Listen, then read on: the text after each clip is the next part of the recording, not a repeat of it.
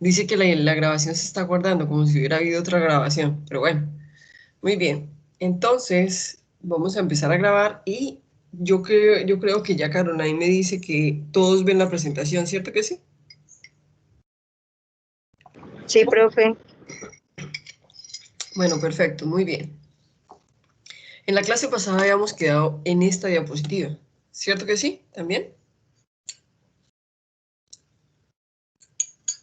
Chicos. Sí, profe. Muy bien, entonces la clase pasada habíamos visto que para que una proteína se catabolice, es decir, para que una proteína se degrade, para que una proteína de la alimentación se convierta en aminoácidos, entonces a ese proceso le llamamos desaminación oxidativa o desaminación que se da en la mitocondria, ¿ok? De las células hepáticas. Esto se divide en tres etapas, entonces se divide en la transaminación y desaminación que son simultáneos y luego la degradación del esqueleto carbonado, ¿ok? Entonces, en la transaminación y desaminación yo les había explicado esta reacción, que es exactamente la misma que está acá. ¿Listo? Entonces les había dicho que, por ejemplo, teníamos uno de los aminoácidos. Cuando yo trasamino, quiere decir que voy a trasladar, o voy a ceder el grupo amino. Entonces, por lo tanto, este grupo amino se viene para este cetoácido. A este grupo, el carbono alfa de este cetoácido, coger el amino, se convierte en otro alfa aminoácido, que es así como mi cuerpo produce o sintetiza algunos aminoácidos que no son esenciales, ¿cierto?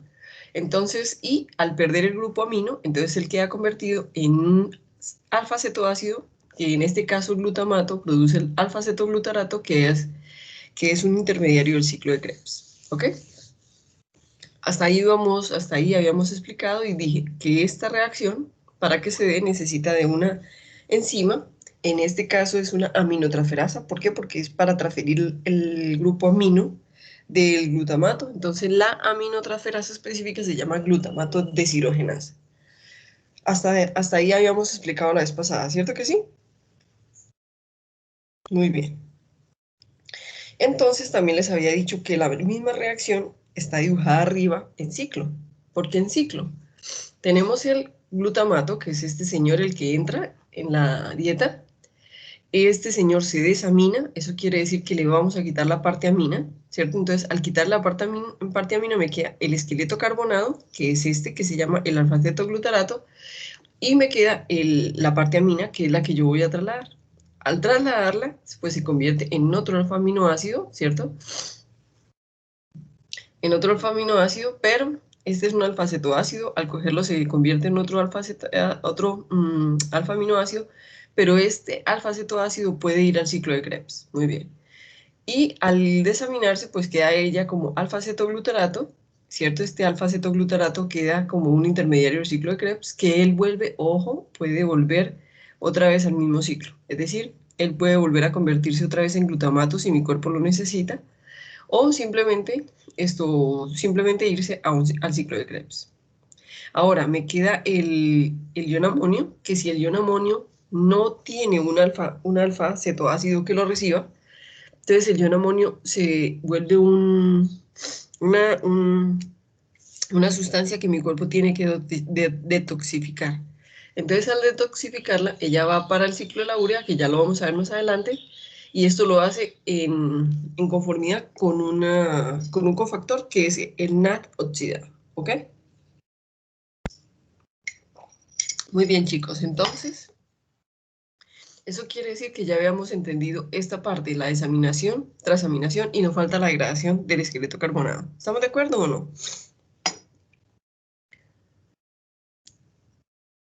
Ustedes me dirán. Sí, profe.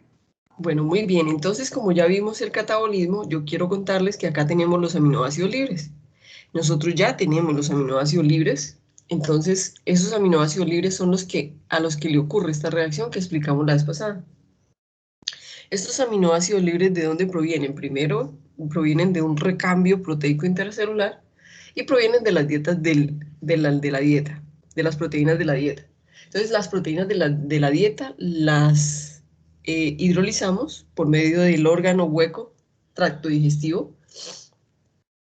Entonces, ellas llegan como aminoácidos libres y a estos aminoácidos que vienen no solamente de la proteína de la dieta, sino de un recambio proteico.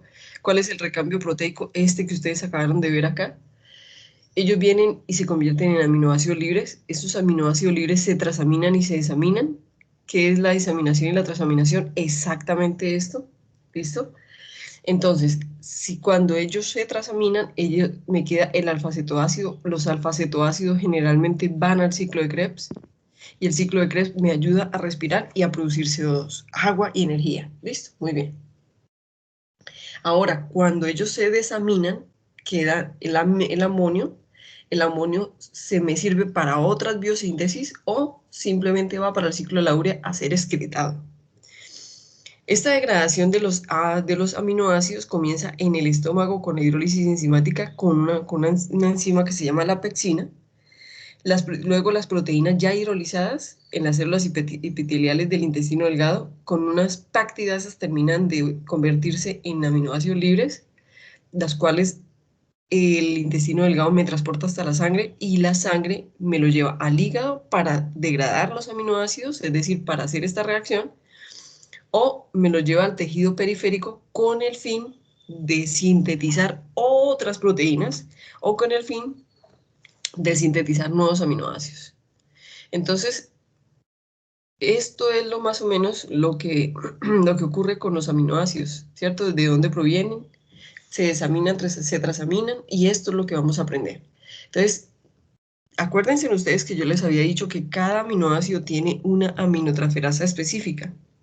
Entonces, la aspartato aminotransferasa cataliza la transferencia del grupo amino al oxaloacetato. Ah, profe, entonces el glutamato al alfa-cetoglutarato y el aspartato al oxaloacetato. Importancia, ¿cuál es la importancia de lo que les estoy diciendo? Un átomo de nitrógeno de la urea procede del ion amonio, pero el otro procede del aspartato, ¿ok? Los aminoácidos también se pueden desaminar por acción de L-aminoácidos oxidasas renales y hepáticas, pero en muy pequeña proporción, en muy bajita proporción. Eso quiere decir que también en la que también ellas pueden oxidarse con oxidasas en el sistema renal o en las células hepáticas, pero en muy poca proporción. Generalmente lo hacen por medio de la aminotransferasa deshidrogenasa específica. ¿Ok? Muy bien. Ahora vamos a hablar, ya hablamos de la parte amina, es decir, qué pasa con el grupo amino. Ahora vamos a ver qué pasa con el grupo carbonado. Resulta, chicos, que los aminoácidos se degradan en glutamato o alfa-cetoglutarato, dependiendo de cuál sea, si es aspartato, glutamato, ¿cierto? Y así entran al ciclo de Krebs. Entonces, y se clasifican, ojo, los aminoácidos como aminoácidos glucogénicos o aminoácidos cetogénicos. Entonces, yo quiero que ustedes se den cuenta, en este cuadrito, que acá tenemos la alanina, cisteína, glicina, serina, treonina, triptófano, ellos son, entonces generalmente ellas producen o ellos son precursores del piruvato. Entonces, estos precursores del piruvato, perfectamente estos aminoácidos se pueden convertir en piruvato y ellas nuevamente convertirse en piruvato, seguir oxidándose hasta acetil-CoA y ir al ciclo de Krebs. ¿Pero qué significa que los aminoácidos sean glucogénicos o cetogénicos? Significa que cuando yo tengo un aminoácido, su función principal no es generar energía, su función principal nunca va a ser ni generar energía inmediata ni generar energía combustible como lo hacen los lípidos. Su función es muy distinta, su función es mucho más especializada. La función de los aminoácidos es generar nuevas proteínas que tienen una cantidad de proteínas, funciones biológicas especializadas, pero en determinado momento ellos también pueden ser o glucogénicos, es decir, pueden producir glucosa de nuevo, o pueden ser cetogénicos, es decir, pueden producir cuerpos cetónicos o acetil-CoA o todos los precursores de los ácidos grasos de nuevo. Entonces, cuando yo digo que un aminoácido es glucogénico, quiere decir que cuando se transamina, él puede producir glucosa de novo. ¿Por qué? Porque ellos son precursores del piruvato y al ser precursores del piruvato, generalmente ellos se pueden devolver si mi cuerpo lo necesita para producir glucosa de novo. Entonces, ¿cuáles son? La alanina, que son estos mismos que están acá, la alanina, la cisteína, la trionina, la serina, la glicina, el triptófano y estos. Entonces, profe, entonces hay glucogénicos y hay cetogénicos. Si el glucogénico es aquel que me puede producir glucosa de nuevo, el cetogénico es aquel que me puede producir compuestos cetónicos o acil-CoA de nuevo. Entonces, ¿cuáles son? La leucina, la lisina, la tirosina, la fenilalanina, el triptófano, que me producen acetil-CoA de nuevo. Aquí hay una tablita donde están ellos y la mayoría de ellos solamente te dice cuáles son cetogénicos, la leucina, la lisina. Cuáles son gluco y ceto, entonces isoleucina, fenilalanina, triptófano, tirosina. Ellos tanto son glucogénicos como cetogénicos y estos son todos glucogénicos. ¿Qué quiere decir? Hombre, su función principal no es generar energía, pero en el momento en el que mi cuerpo lo necesite, él tiene otra fuente que no debería ser, ¿cierto? No debería ser tocada por mi cuerpo, pero que también producen energía. Es más, ellos en bajos niveles producen esos compuestos, ¿ok? Muy bien. Entonces, muy bien, espérenme un momentico, vuelvo otra vez a la clase, listo, muy bien. Entonces, hasta aquí tenemos claro que hay aminoácidos que pueden producir piruvato de nuevo y hay compuestos que pueden producir alfa o aciles, CoA o lo que ustedes llamen como cuerpos cetónicos de nuevo. ¿Es claro eso?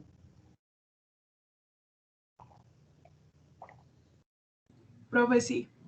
Entonces, eso quiere decir, gracias María de los Ángeles, eso quiere decir que nosotros con los aminoácidos, ellos pueden ser o glucogénicos, todos los que están en este lado acá, o cetogénicos, todos los que están en este lado acá. Entonces un aminoácido perfectamente no es su función, pero perfectamente me puede producir glucosa de nuevo, perfectamente me puede producir acetil-CoA de nuevo.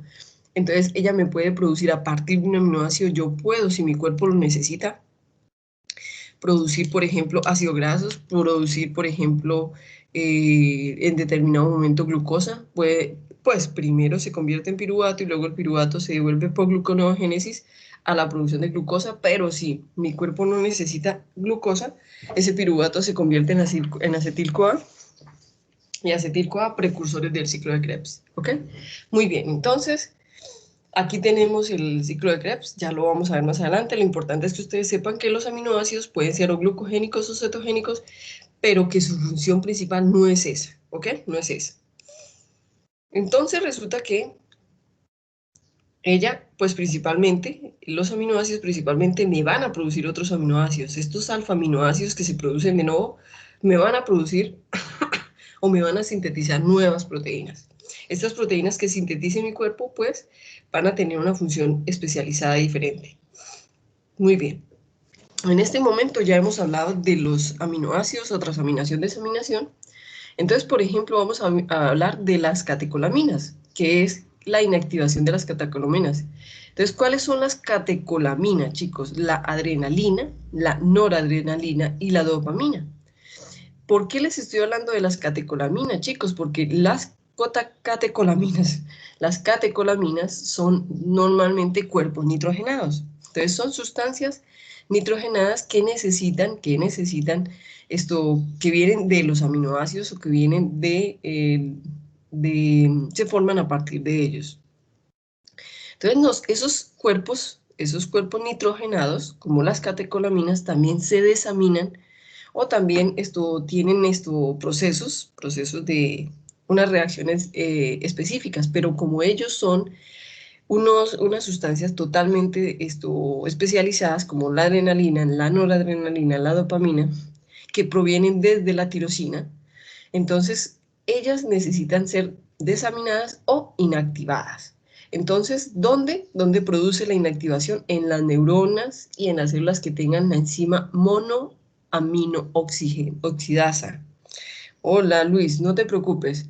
Monoaminooxidasa que normalmente están en la membrana externa de la mitocondria. Es decir, no necesitan entrar hasta la mitocondria. Entonces, yo quiero que ustedes se fijen acá, chicos, Y cuando nosotros hablamos de la inactivación de las catecolaminas, estamos hablando de la inactivación o la activación de la adrenalina, noradrenalina y la dopamina, que ellas provienen de la tirosina.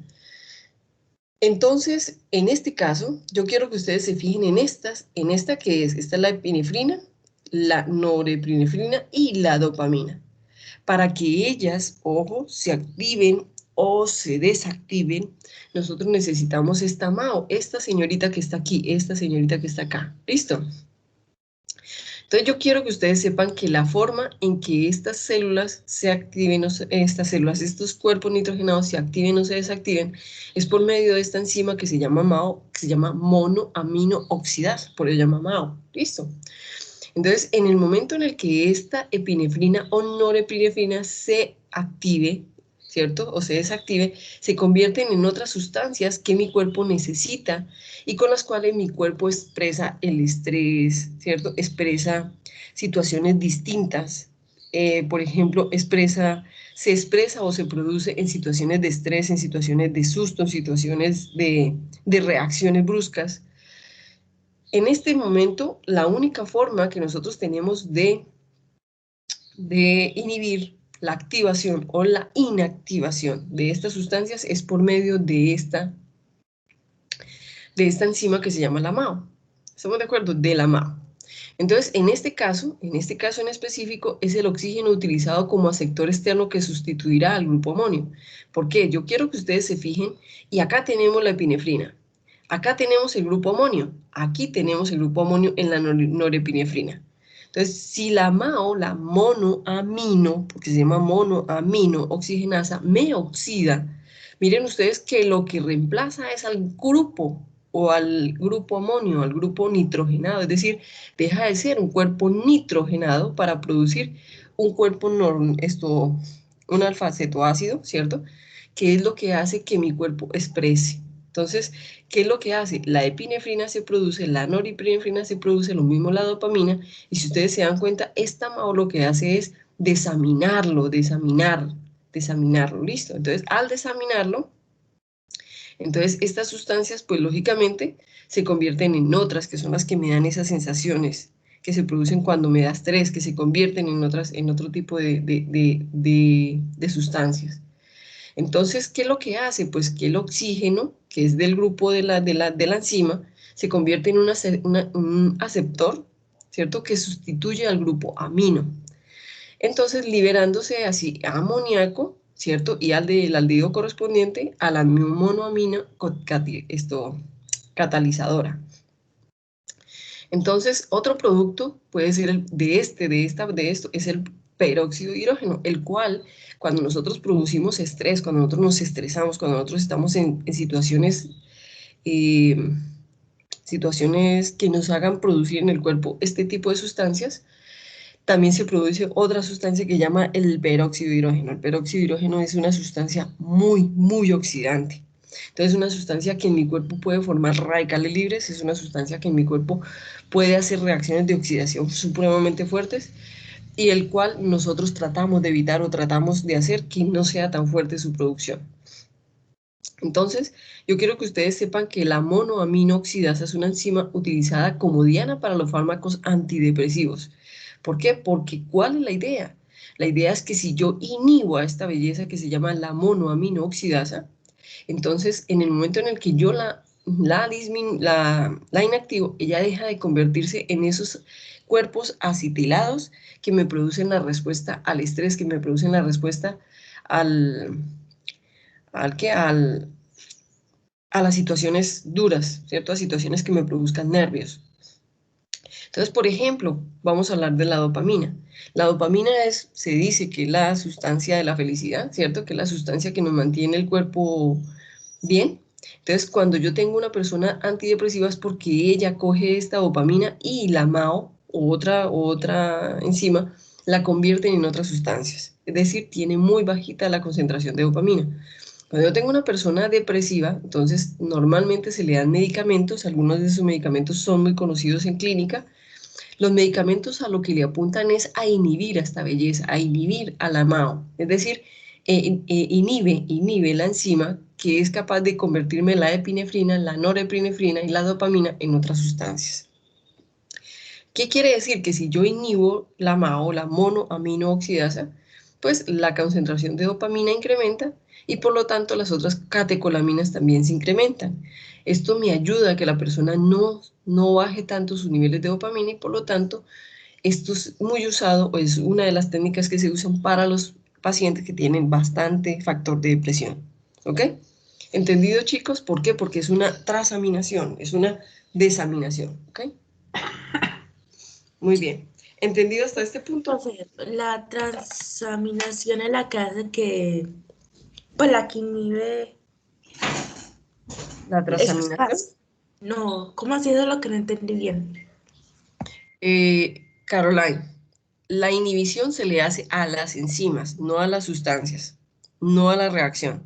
Es a la enzima como tal, es decir, a la monoaminooxidasa. Entonces, cuando tú vas a inhibir, inhibes una enzima. Al inhibir la enzima, pues al bajar la actividad de la enzima, pues la reacción difícilmente se da. ¿Entendido? Entonces, ¿qué es lo que hace la MAO? Desamina, quita el amino, quita el amino de la molécula nitrogenada, en este caso de la norepinefrina, de la epinefrina y la dopamina. ¿Qué es lo que hacemos o qué es lo que hacen ustedes, chicos? Yo no, ¿qué es lo que hacen ustedes? Ustedes lo que hacen es que inhiben la enzima. Al inhibir la enzima, chicos, pues lógicamente al inhibir la enzima se mantiene mayor concentración de las catecolaminas. ¿Cuáles son las catecolaminas? La epinefrina, la norepinefrina y la dopamina. ¿Listo? Entonces lo que tú inhibes, Caroline, es la enzima, no la reacción, la enzima. ¿Listo? ¿Entendido o no? Sí, profe. Listo, muy bien. Entonces, cuando una persona es depresiva, lo que se hace es inhibir a MAO, a la monoaminooxigenasa. ¿Por qué se llama monoamino? Porque ya lo que está oxidando es la parte amina, está cogiendo la parte amina y la está oxidando, la está convirtiendo en un oxígeno nuevo. Mira, donde estaba la parte amina se quedó convertida en un oxígeno, un OH. ¿Sí lo ves? Muy bien. Pero se llama monoaminooxidasa. Ahora ya hablamos de la desaminación, descarboxilación, es decir, qué pasa con el cuerpo carbonado, en qué se puede convertir el cuerpo carbonado de los aminoácidos. Ahora vamos a hablar de la síntesis. Entonces vamos a hablar de que cuando un aminoácido nuevo se sintetiza, él también me puede producir una cantidad de sustancias. Chicos, de la síntesis de los aminoácidos y, ojo, neurotransmisores, porque dependen del cuerpo nitrogenados. Entonces vamos a decir que los aminoácidos esenciales no pueden ser producidos por el organismo. Ojo, ojo con lo que le voy a decir. Algunos aminoácidos esenciales sí los produce el cuerpo en muy pequeña proporción, pero como mi cuerpo los necesita a mayor proporción, significa que también los convertimos en esenciales porque simplemente lo que produce mi cuerpo no es suficiente. Listo, muy bien. Entonces, solo se considera la síntesis de aminoácidos no esenciales, aquellos que podemos sintetizar. Entonces dice, las altas concentraciones del ion amonio son tóxicas para las células. Nuestro cuerpo transforma el ion amonio en una molécula orgánica no tóxica para asimilarlo. Esa molécula no tóxica para asimilarlo se llama la urea, ¿ok? Muy bien. Entonces vamos a hablar de la transaminación que ustedes la aprendieron aquí en la primera diapositiva. ¿Qué significa la transaminación? Pues que los aminoácidos transfieren su grupo amino, ¿cierto? Transfieren su grupo amino. Entonces, en la transaminación se pueden biosintetizar alfa-cetoácidos correspondientes a cada aminoácido. Entonces, el organismo produce cada aminoácido dependiendo de los alfa-cetoácidos que reciban ese cuerpo amino o al correspondiente a cada aminoácido. Entonces, en ese caso vamos a hablar de la desaminación oxidativa, que ya lo habíamos visto, cuando un aminoácido pierde su parte amina y se convierte en un cuerpo carbonado, ¿cierto? Entonces, un alfa-cetoácido. Este alfa-cetoácido generalmente se va para el ciclo de Krebs o simplemente el grupo amino se transforma, se recibe otro grupo amino y este grupo amino se convierte en un nuevo aminoácido. Entonces voy a hablarles del primero, y ojo con lo que les estoy tratando de hacer ver desde el principio. Me voy a volver a la primera diapositiva. ¿Cuál fue el primer aminoácido que yo les mencioné que venía de la dieta? ¿Cuál fue el primero? El glutamato, ¿cierto que sí? Muy bien. Entonces yo quiero que ustedes se fijen, chicos, que aquí también tenemos al glutamato. Estamos hablando del glutamato de un grupo amonio, síntesis. Estamos hablando de la síntesis de la glicina. ¿Por qué vamos a hablar de la glicina? Porque es el correspondiente, es el aminoácido correspondiente a la desaminación de glutamato. Entonces acá tenemos el glutamato, tenemos un grupo amonio y tenemos una ATP, una molécula de ATP. Viene la glutamina, ojo, glutamina sintetasa, y ustedes, yo quiero que se fijen que esta reacción es reversible, es reversible. ¿Por qué reversible? Si mi cuerpo la necesita, la reversa. Si mi cuerpo necesita glutamato en determinado momento, a partir de la glutamina puede producir glutamato de nuevo, ¿ok? Entonces viene glutamato con el grupo amonio, ¿cierto? Y una molécula de ATP y produce la glicina. La glicina, como necesitó energía para producirla, porque esto se llama síntesis, entonces ya consumió un fosfato y me queda libre el ADP más el fosfato inorgánico que se utilizó para hacer la transaminación. ¿Ok? ¿Entendido? Angie. Angie Juliana, lo chévere es que la estamos grabando, ¿oye? Entonces no te preocupes. Chicos, ¿entendieron lo que les acabé de explicar? Acabaron de entender. Acá les expliqué que el glutamato se desamina, se transamina y queda el cuerpo carbonado, ¿cierto que sí? Este cuerpo carbonado puede ser o glucogénico o cetogénico. Ahora, estamos hablando de la síntesis. Entonces les estoy hablando que el glutamato viene con una molécula de amonio, ¿cierto? Con un ATP y a partir de una enzima que ya no es una aminotransferasa ni una deshidrogenasa, sino una glutamina sintetasa. Entonces me transfiere la parte amina del glutamato a otro cuerpo carbonado y cuando se transforma, se llama glicina. Entonces queda, como utilizamos el ATP, porque es síntesis, entonces queda ADP más fósforo inorgánico. ¿Entendido esta reacción, chicos? ¿Entendido esta reacción? Sí, pero ¿O no? sí entendí. Bueno, muy bien. Entonces, espérenme un momentico, chicos. Ok, perfecto. Es que me está escribiendo Catalina, una compañera de ustedes. Muy bien. Entonces, eso quiere decir, chicos, que ya sabemos más o menos qué pasa con cómo se forman los otros aminoácidos. Lo que yo les quiero decir es que para cada aminoácido nosotros tenemos unos precursores comunes, unas características comunes. Entonces vamos a hablar de esas características comunes. ¿Cómo hago yo? Ya voy a tomar asistencia. ¿Cómo hago yo? Ave María. ¿Cómo hago yo para poder convertir otros aminoácidos o transformar otros aminoácidos y como aminoácidos cómo se producen los neurotransmisores? Entonces, hay 6 precursores comunes para los aminoácidos. Entonces, siempre hay 6 precursores, ya los vamos a ver. ¿Listo? Ahora, todos los aminoácidos se obtienen su esqueleto carbonado de un intermediario de la glucólisis o del ciclo de Krebs o de la ruta del fosfogluconato. ¿Por qué, chicos? Recuerden ustedes que hablamos al principio. Yo les dije al principio, ¿qué pasa cuando un aminoácido se desamina y se transamina? Busca un alfa-cetoácido. Ese alfa-cetoácido se convierte en otro aminoácido de nuevo, y el cuerpo carbonado se va para el ciclo de Krebs. Pero ¿qué pasa si, digamos, por ejemplo, chicos, yo tengo glutamato disponible, ese glutamato se desamina, se transamina y se convierte en glicina, o se convierte en otro cuerpo carbonado? ¿Qué pasa si mi cuerpo necesita de nuevo glutamato? ¿Qué fue lo que yo les dije que hacía mi cuerpo? ¿Qué les dije yo? Volvía pues, como que Revertible, güey. sí vuelve. Exacto, vuelve mi cuerpo y produce glutamato de nuevo. ¿Estamos de acuerdo? Muy bien. Entonces, ¿qué quiere decir? Mi cuerpo va a tener, a partir de la glucólisis, a partir de la beta-oxidación, a partir del ciclo de Krebs, va a tener muchos alfa-cetoácidos disponibles. Entonces, quiere decir que todos los aminoácidos obtienen su esqueleto carbonado de esas rutas. Quiere decir que si mi cuerpo necesita aminoácidos de nuevo, ¿de dónde va a sacar el cuerpo carbonado? El cual va a recibir ese aminoácido de otro amino que venga de la dieta, pues de la glucólisis, del ciclo de Krebs y de la ruta del fosfogluconato. ¿Listo? Entonces, Todos esos alfa-cetoácidos o los cuerpos cetónicos son los que hacen la función de servir como cuerpo carbonado si mi cuerpo necesita otros aminoácidos de nuevo. ¿Listo? Muy bien. Entonces, el grupo amino de cada aminoácido proviene del glutamato. Ojo, proviene del glutamato. ¿Ok? Muy bien. Entonces, yo quiero que ustedes sepan que hay 6 precursores comunes.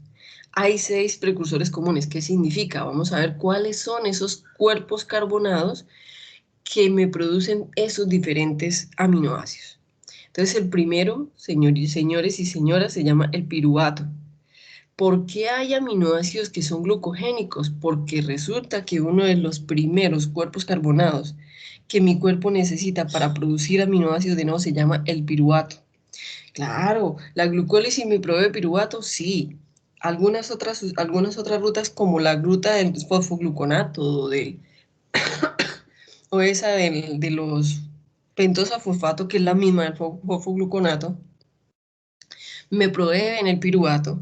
Ese piruvato no solamente se oxida para acetil-CoA para ciclo de Krebs, sino que si mi cuerpo necesita producir aminoácidos de nuevo, también utiliza ese piruvato. Entonces, ¿cuál va a ser el primer precursor o primer cuerpo carbonado o esqueleto carbonado que mi cuerpo necesita para sintetizar aminoácidos de nuevo? Pues el piruvato. ¿Cuáles son los aminoácidos que se producen con el piruvato como esqueleto carbonado? Pues los glucogénicos, chicos. La alanina, la valina y la leucina. Estos alanina, valina o leucina cogen y reaccionan de la siguiente manera. El piruvato reacciona con el glutamato y si se va a producir la alanina, en este momento se llama alanina aminotransferasa. Entonces el piruvato le quita al glutamato su cuerpo nitrogenado y ya deja de llamarse piruvato y se convierte en alanina. Como obteníamos el glutamato, el cuerpo carbonado de glutamato se llama alfa-cetoglutarato. ¿Entendieron la primera reacción? ¿Entendieron la primera reacción, chicos?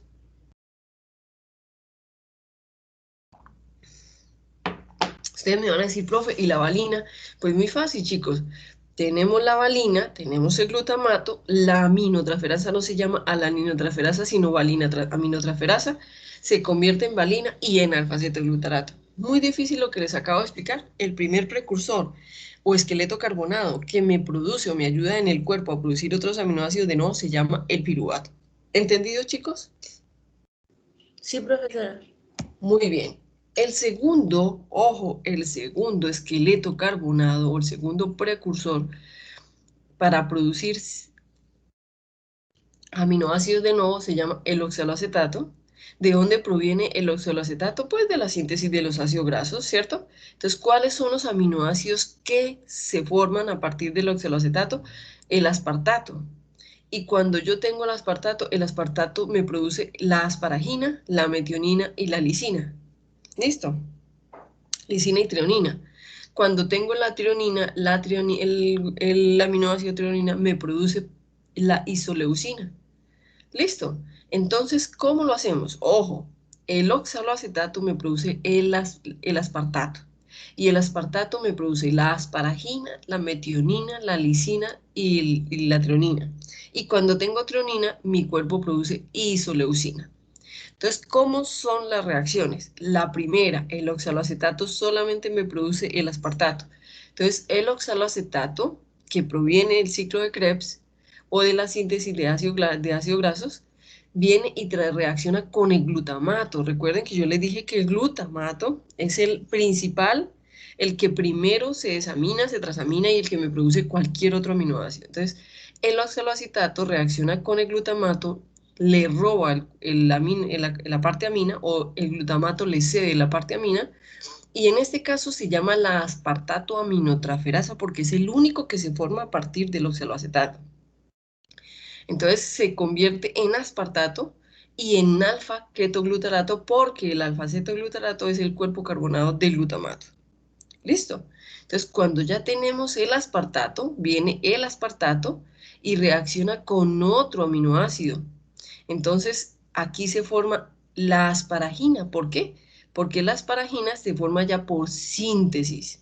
En este caso estábamos hablando de transferencia de la parte amina, en este caso estamos hablando de transferencia de la parte amina, en este caso estamos hablando de la síntesis. Entonces, ¿cómo se sintetizan la asparagina, la metionina, la lisina y la tirosina? Por amina, por enzimas sintetasas, correspondientes a cada aminoácido. ¿Listo? ¿Entendido, chicos? Como acá utilizamos la glicina, pues la glicina se convierte en glutamato. Como acá utilizamos el aspartato, pues se convierte en asparagina. ¿Entendido, chicos? ¿Entendido? Muy bien. ¿Entendido hasta aquí o alguna duda? Vamos a hablar de los otros precursores. Entonces tenemos el primero, el piruvato, el segundo, el oxaloacetato. Entonces ustedes me van a decir, ah, profe, entonces la alanina, la valina y la leucina son glucogénicos. Claro, porque ellas vuelven a producir piruvato si mi cuerpo lo necesita. ¿Cuáles son? Entonces, ¿cuáles son? Estas son cetogénicas. ¿Por qué? Porque si mi cuerpo necesita, pues las puede devolver hasta oxaloacetato, si mi cuerpo necesita oxaloacetato. Otro precursor común se llama el 3-fosfoglicerato. Profe, ¿y dónde está el 3-fosfoglicerato? Esto hace parte de un intermediario de las reacciones, de las 10 reacciones de la glucólisis. Entonces, si mi cuerpo necesita serina, entonces es el 3-fosfoglicerato el que va a formar el cuerpo carbonado que necesita el glutamato para formar la serina. Entonces, a partir del fosfoglicerato, mi cuerpo produce una molécula que se llama la serina, con esta reacción que está acá, ya se la voy a explicar, y cuando mi cuerpo tiene serina, produce la cisteína y la glicina. ¿Listo? Entonces, ojo, el 3-fosfoglicerato, que forma parte de las reacciones de la glucólisis, es un intermediario en la glucólisis, es el esqueleto carbonado que mi cuerpo necesita para formar la serina. Cuando mi cuerpo tiene serina, la puede transformar en cisteína y en glicina. Entonces, ¿cómo es la reacción? Viene el 3-fosfoglicerato, que es un intermediario del ciclo de Krebs, y por medio de una reacción óxido-reducción, viene el NAT oxidado y se reduce quitándole un H al fosfoglicerato. Cuando lo reduce, entonces, cuando lo oxida, ¿cierto? Este se oxida, este se reduce. Cuando lo oxida, él se convierte en 3-fosfohidroxipiruvato, que luego este fosfohidroxipiruvato se trasamina, ¿cierto? Así, por medio de la trasaminación, él es el cuerpo carbonado, viene el glutamato y se convierte en alfa-cetoglutarato y él se convierte en 3-fosfoserina. Este 3-fosfoserina lo único que necesita es perder esos tres cuerpos, esos 3 fósforos. Entonces, por lo tanto, en una hidrólisis, él pierde un fósforo, pierde el segundo fósforo, pierde el tercer fósforo y queda convertido en serina. ¿Ok? Entonces, cuando tenemos la serina, entonces mi cuerpo simplemente puede convertirlo en cisteína o en glicina. ¿Ok? Ahora, hay otra importancia en la serina como tal, que es uno de los aminoácidos que mi cuerpo produce. Entonces, nosotros podemos tener una serina y podemos tener la vitamina, ¿cierto? El tetrahidrofolato, que es una vitamina, en este caso, ustedes la van a encontrar como FH4 o THF, que es el tetrahidrofolato. Entonces, cuando mi cuerpo tiene la serina y el tetrahidrofolato, entonces ella me produce glicina, ¿cierto? Y me metila esa vitamina, metila la vitamina tetrahidrofolato.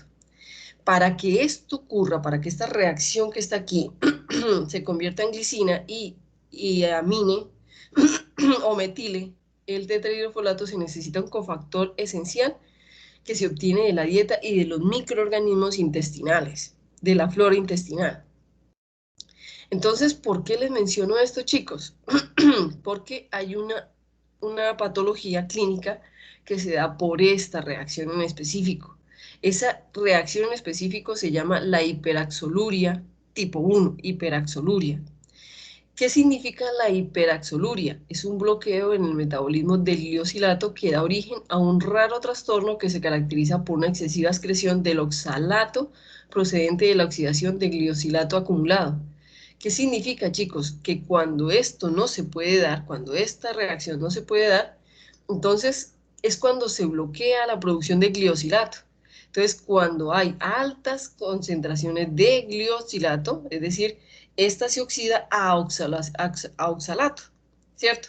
al producirse mucha concentración de oxalato, al oxidarse el gliosilato, entonces esto se llama hiperoxaluria, que significa altas concentraciones de oxalato.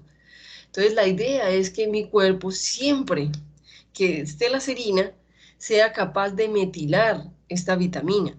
En esta vitamina hace que no se produzca tanta glicina, tanto glioxilato, y por lo tanto este glioxilato sea normal, en concentraciones normales. Ahora, cuando hay demasiada concentración de glioxilato, se puede producir mucho oxalato y por lo tanto, al tener altas concentraciones de oxalato, se va a tener hiperoxaluria. Y este hiperoxaluria es una patología que se llama oxaluria tipo 1, que es el bloqueo del metabolismo del gliosilato. ¿Listo? ¿Estamos de acuerdo? Entonces, pero acá estamos hablando de los precursores. Esta es una patología clínica que se puede producir y que se puede producir a partir de esta reacción. Entonces, hemos hablado de cuáles precursores. El primero, el piruvato, el segundo, el oxaloacetato, el tercero, el fosfoglicerato, que es un intermediario de la glucólisis. Vamos a hablar del quinto, que se llama la ribosa 5-fosfato, que viene de la ruta de las pentosafosfatos o fosfogluconato, ¿cierto? De la ribosa 5-fosfato se produce la histidina, ¿cierto? Este es el cuerpo carbonado que le recibe al glutamato, el grupo amino, y se convierte en histidina. El otro se llama el alfa-cetoglutarato. Usted me va a decir, ay, profe, pero ¿cómo así? El uno es el glutamato y el alfa-cetoglutarato. Entonces, en el glutamato, al convertirse el glutamato en otro amino, y queda libre el alfa-cetoglutarato, pues el alfa-cetoglutarato que queda también es un cuerpo carbonado, que si mi cuerpo lo necesita, ojo, ya lo habíamos dicho, vuelve a convertirlo a glutamato. Y que habíamos dicho que cuando glutamato se forma, pues él me produce la glicina, la prolina y la arginina.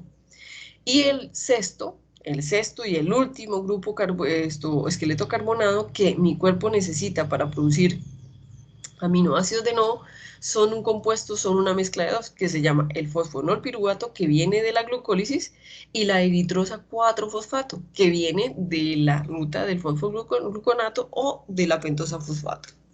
Entonces, cuando ellos dos están unidos o están presentes, ellos dos hacen parte del cuerpo carbonado para formar los aminoácidos aromáticos, el triptófano, la fenilalanina, y la fenilalanina se convierte en tirosina cuando mi cuerpo lo necesita. ¿Entendido, chicos, cómo es que se producen los aminoácidos? ¿Entendido lo que les acabo de decir? Entonces, ¿cuáles son los 6 esqueletos carbonados o precursores? El piruvato, el oxaloacetato, el fosfoglicerato, la ribosa 5-fosfato, el alfa-cetoglutarato y la unión entre el fosfonolpiruvato y la eritrosa 4-fosfato. ¿Cuándo se necesitan estos últimos? Cuando necesitamos producir los aminoácidos aromáticos. Chicos, ¿alguna duda? ¿Algo que preguntar? No. Ok, perfecto. Entonces, vamos a hablar ya por último de una belleza que se llama SAN. Yo creo que algunas personas en clínica lo debieron haber escuchado. ¿Y esto de dónde viene? Viene del aminoácido metionina, de la metionina. Entonces, cuando nosotros tenemos el aminoácido metionina, que ya les voy a decir dónde se produce aquí en el oxaloacetato, tenemos este aminoácido metionina, ¿listo? De la metionina se sintetiza el cofactor SAM. Ustedes lo van a escuchar mucho en clínica, se llama SAN. ¿Cuál es su nombre? S-adenosilmetionina. Entonces, S-adenosilmetionina. ¿Qué es la importancia de SAN? SAN es un agente metilante. ¿Por qué? Porque él tiene metionina, él tiene esto. Él es un agente metilante o transportador de unidades de carbono de gran importancia en el metabolismo. Entonces les voy a decir cómo es la actuación de SAN, ¿ok? Entonces, este SAN, esta belleza SAN, es así. Es altamente reactivo y él se puede transferir de una sustancia a otra. Entonces, vamos a hablar de la metionina. Cuando tenemos la metionina reacciona con una molécula de ATP. Esta molécula de ATP con agua, es decir, consumiendo agua, se metila y se convierte en SAN, es decir, metionina más ATP se convierte en S-adenosilmetionina. ¿Por qué? Porque la enzima se llama metionil-adenosiltransferasa. Entonces llega la metionina adenosiltransferasa y le transporta o le transfiere a la metionina el S-adenosil. Entonces al pasarle el S-adenosil se convierte en S-adenosil metionina. Y me queda pues el fósforo inorgánico que participó por medio del ATP. Cuando SAN es un agente supremamente metilante y es altamente reactivo. Entonces, este señor es un aceptor de metilo. Entonces, cuando este señor se metila, cuando este señor se sigue metilando, se convierte en adenosil homocisteína. Ojo, chicos, la cisteína es otro aminoácido. Si ustedes no recuerdan, la cisteína es el aminoácido que tiene azufre. Por eso se llama S-adenosil, azufre, adenosil, metionina. Entonces, cuando él convierte en adenosil cisteína, está produciendo uno de los aminoácidos azufrados que tenemos en el cuerpo. ¿Qué característica tiene SAN? Es altamente reactivo, se puede transferir a otros compuestos y se genera por la ruptura de enlaces fosfoanhídridos y fosfoéster del ATP. Mira, acá está el ATP y acá está la ruptura. ¿Cuál es la importancia de SAN, chicos? La importancia de SAN es que es un agente metilante. Al ser un agente metilante me va a proporcionar al cuerpo una cantidad de sustancias, en especial se llaman neurotransmisores. Entonces yo quiero que ustedes sepan que ese adenosil se proporciona en el cuerpo a partir de la metionina, por medio de una metil-adenosiltransferasa. Entonces yo quiero hablarles de la importancia. Recuerden que es muy reactivo y que se puede transferir a otros compuestos. Cuando él se puede transferir a otros compuestos, los metila. Y con su metilación o inactiva, o produce otras sustancias de nuevo. Y en este caso les voy a hablar de los neurotransmisores. Entonces, ¿cuál es la importancia? Ojo, ¿cuáles son esos productos metilados?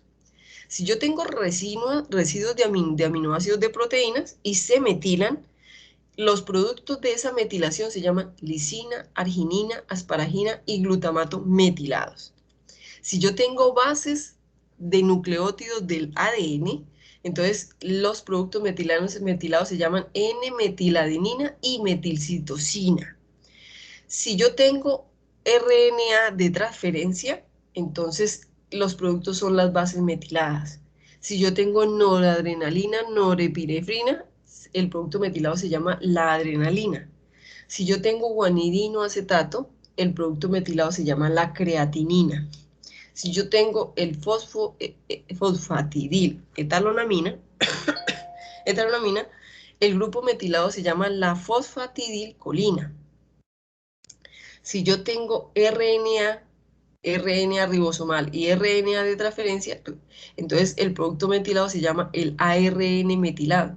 Si tengo ADN, se llama el producto ADN metilado, y si tengo lisina unida a proteínas, el producto metilado que me transforma SAN es la carnitina. ¿Entendido? Entonces, ojo, la velocidad de biosíntesis de los aminoácidos se controla por retroinhibición. ¿Qué significa retroinhibición? Chicos, si mi cuerpo necesita aminoácidos, de nuevo, pues lo forma.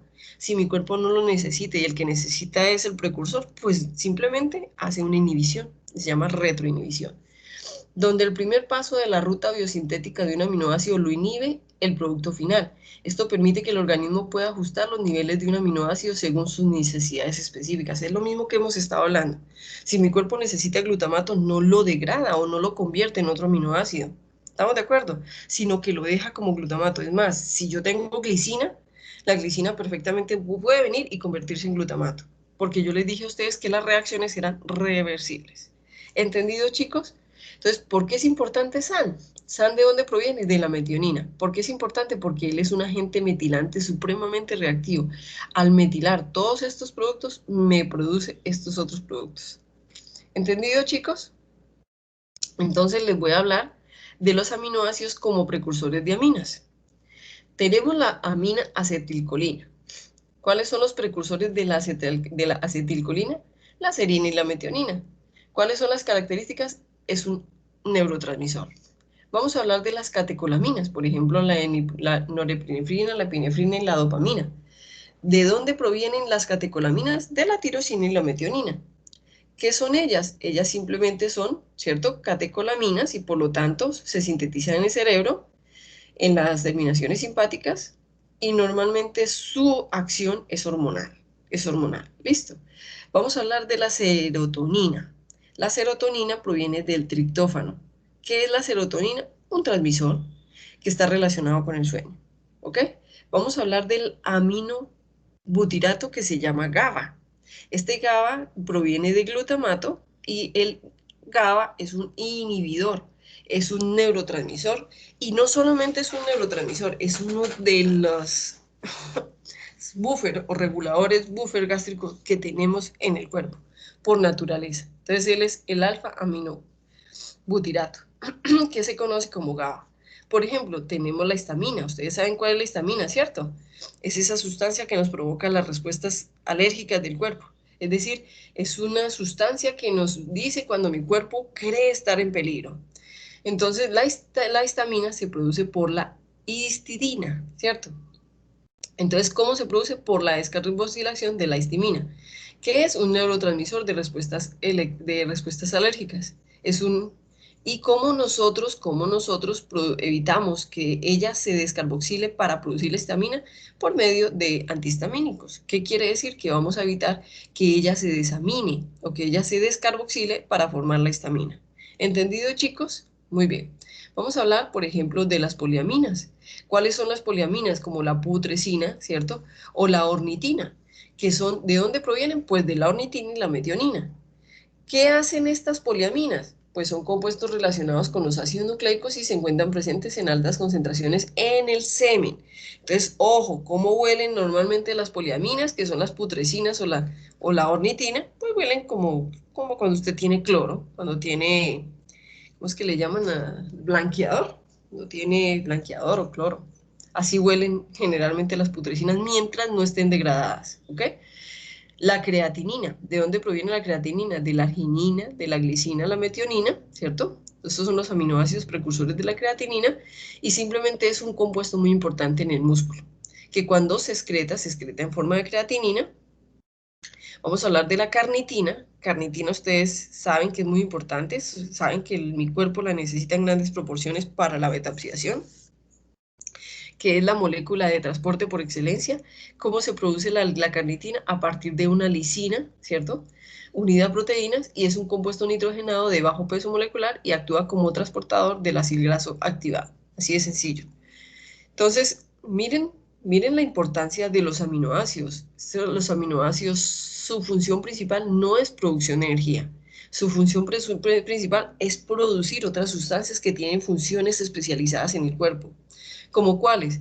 Como el sistema nervioso, como el sistema hormonal, como el sistema... Es decir, las proteínas, su principal función no es producir energía. Ahora, que también se puedan utilizar para eso es diferente, pero su función principal no es esa. Chicos, los aminoácidos como precursores de otras biomoléculas importantes, como las porfirinas, que son la hemoglobina, la mioglobina, los citocromos y las enzimas catalasas, que son proteínas que tienen el grupo hemo como cofactor. ¿Cómo se producen? Pues tenemos el grupo hemo, viene con una hemoxigenasa, y esta hemoxigenasa se produce en CO2 y bilirrubina. El metabolismo defectuoso del grupo hemo produce diferentes alteraciones del metabolismo. Las porfirinas producen ictericia y afectan la piel y los globos oculares. ¿Pero de dónde provienen estos grupos hemo? De los aminoácidos. ¿Por qué? Porque los aminoácidos proporcionan o producen las porfirinas. ¿Cuáles son las porfirinas? La hemoglobina, mioglobina, los citocromos y las enzimas catalasas. ¿Cuáles pueden ser las patologías asociadas a estos aminoácidos? Entonces tenemos la valina, la leucina y la leucina. La valina, la isoleucina, la leucina se pueden transaminar. Eso quiere decir que viene el alfa-ketoglutarato y el alfa-ketoglutarato les quita la amina a estos, entonces se convierte en glutamato. Al convertirse ellos en cuerpos carbonados, se convierten en un alfa-cetoácido, ¿cierto? Cuando ellos se convierten en un alfa-cetoácido, este alfa-cetoácido se me convierte en derivados de acil-CoA. La deficiencia, chicos, la deficiencia de este complejo alfa-cetoácido deshidrogenasa, que es la que me convierte este alfa-cetoácido en un derivado de acil-CoA, me puede producir una patología que se llama orina jarabe de maple. ¿Qué significa? Que la orina va a oler supremamente, ¿cómo? A ver, ¿cómo lo digo? Chicos, los que están en clínica, ¿cómo huele la orina cuando nosotros decimos que se parece a jarabe de miel o jarabe de maple, como lo quieran decir ustedes? El maple es una sustancia que se utiliza como miel, ¿cierto? Algo así parecido. Sí, profe, es que literalmente huele a esa miel de maple que uno le echa a los waffles o a los pancakes, literal, así huele. Así huele. Entonces, ¿esto cuándo pasa? Cuando nosotros tenemos un problema en el alfa-cetoácido que ha venido de la transaminación de la valina, la isoleucina y la leucina. Entonces es porque hay una deficiencia de este complejo de la descarboxilación oxidativa y por lo tanto la orina comienza a llenarse de este alfa-cetoácido.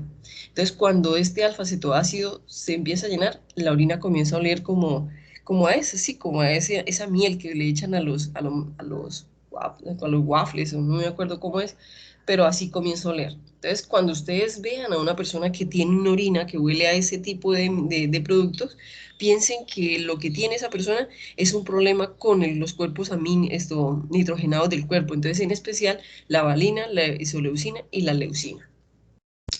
Vamos a hablar de la fenilalanina. La fenilalanina, normalmente ella se hidroliza y se convierte en tirosina. Chicos, ojo, esto es muy común, esto sí es una patología muy común. La fenilalanina hidrolasa, que es la que me hidroxila la fenilalanina para convertirla en tirosina, si no tenemos, ojo, si tenemos deficiencia en la fenilalanina hidrolasa, que es la que me convierte en la fenilalanina tirosina, primero que todo se nos va a acumular mucho la fenilalanina. Al acumularse la fenilalanina nos va a dar una patología que se llama la fenilcetonuria, que significa que se va a incrementar impresionantemente la fenilalanina y la fenilalanina me va a producir esta fenilcetonuria porque porque no hay o porque la fenilalanina hidrolasa está deficiente. Entonces, la fenilcetonuria es una enfermedad que es muy común. Esta sí es mucho más común que la de arriba, que es una orina jarabe de maple.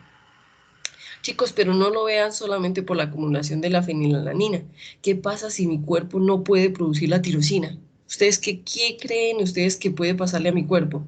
Aquí hay dos cosas importantes. Primero, la fenilalanina, porque hay bastante gente que es fenilcetonuria. Pero, listo, mi cuerpo produce la fenilalanina. Entonces, mi cuerpo no tiene la molécula que me transforma la fenilalanina a tirosina.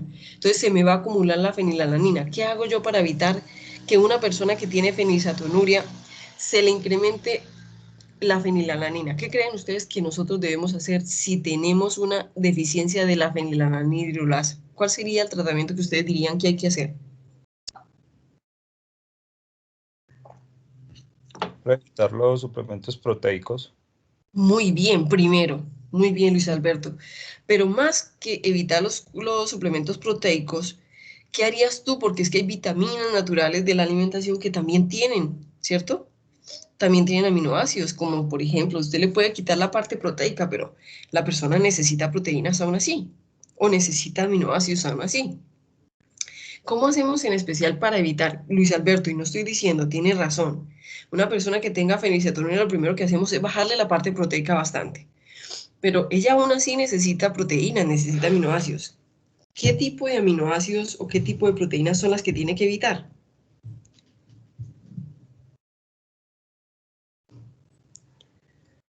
¿Qué creen ustedes? Chicos, ustedes sí revisan lo que compran en el supermercado. Yo les voy a leer porque precisamente ayer boté la caja. Espérenme un momento. Ay, ay, ay.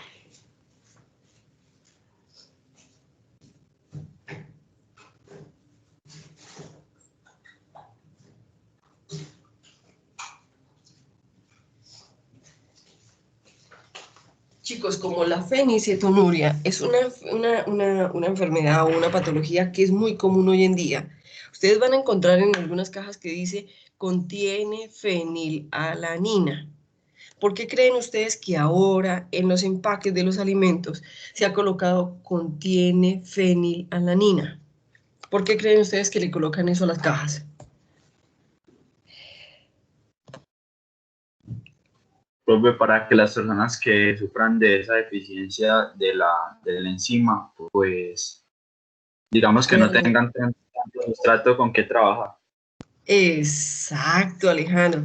Miren lo que dice la caja. Dice, para los fenilcetonúricos contiene fenilalanina. Así dice, chicos. Si ustedes se fijan, eso ha sido uno de los reglamentos hoy en día en la industria de alimentos. Se le ha pedido a la industria de alimentos que si el producto tiene fenilalanina dentro de su composición, lo informe. ¿Para qué? Para que las personas que sufran de la deficiencia de esta enzima no consuman ese producto porque eso les va a afectar la salud. Una persona fenilcetonúrica puede vivir perfectamente, chicos, si evita todo producto que tenga dentro de su composición la fenilalanina. ¿Por qué? Porque no la va a acumular. Entonces lo que va a acumular va a ser muy poco, ¿ok? Muy poco. ¿Por qué? Porque ellos, generalmente la fenilcetonuria no es una enfermedad adquirida, es una enfermedad normalmente de herencia, ¿ok? Hereditaria. Chicos, pero no piensen solamente en que se acumula la fenilalanina y nos da fenilcetonuria. ¿Qué pasa con la tirosina? Cuéntenme ustedes qué creen que le pasa a la persona si no puede producir la tirosina que se produce a partir de la fenilalanina. Cuéntenme qué más creen ustedes que le va a pasar a la persona. Profe, no va a producir las catecolaminas. Muy bien, ¿qué más? Segunda, hay otra mucho más importante, mucho más importante, porque digamos que él no produzca las catecolaminas, va a ser empezando una persona un poco depresiva. Ojo, chicos, que miren lo que está diciendo Alejandro. Ya por parte hereditaria, ya esa persona puede empezar a ser una persona depresiva y no necesariamente por epigenética, que es muy distinto la epigenética a la genética. Alejandro, perfecto. ¿Qué más? ¿Qué más creen ustedes que puede producirse si yo tengo deficiencia de tirosina? ¿No más? Chicos que han aprendido en biología, ¿la tirosina es precursor de quién o a qué órgano esto activa la tirosina? ¿Qué es la importancia de la tirosina en los órganos del cuerpo? Ella tiene una importancia muy grande. Profe, se vuelve tóxica para el cerebro. Muy bien, también. Muy importante, pero ojo que aquí no tenemos acumulación de tirosina, sino aquí tenemos es deficiencia. ¿Qué es lo que puede pasar? Profe, no se da, ay, es que es un neurotransmisor, pero La tirosina es un aminoácido que es esencial para la tiroides, pero se llama tiroides porque funciona y se activa con la tirosina, que es un aminoácido. Como ya les dije que él es esencial para la tiroides, ¿ustedes qué creen que puede pasar con una persona que tenga acumulación de fenilalanina y que no produzca la tirosina? ¿Qué creen ustedes, chicos? Profe, seguramente le da hipotiroidismo. Muy bien, muy bien, excelente. Es lo primero fuerte que le pasa. Y en el desarrollo, ¿qué creen ustedes que le pasa? Si hay hipotiroidismo, primero que todo es una persona con metabolismo lento. Al ser un metabolismo lento, ella no va a digerir de la misma manera. ¿Qué pasa con ella? ¿El desarrollo cómo es? Es terrible. Mm. Carolina, lo siento. El desarrollo es diferente. Bastante. Entonces, normalmente, chicos, ¿cómo se puede solucionar esto?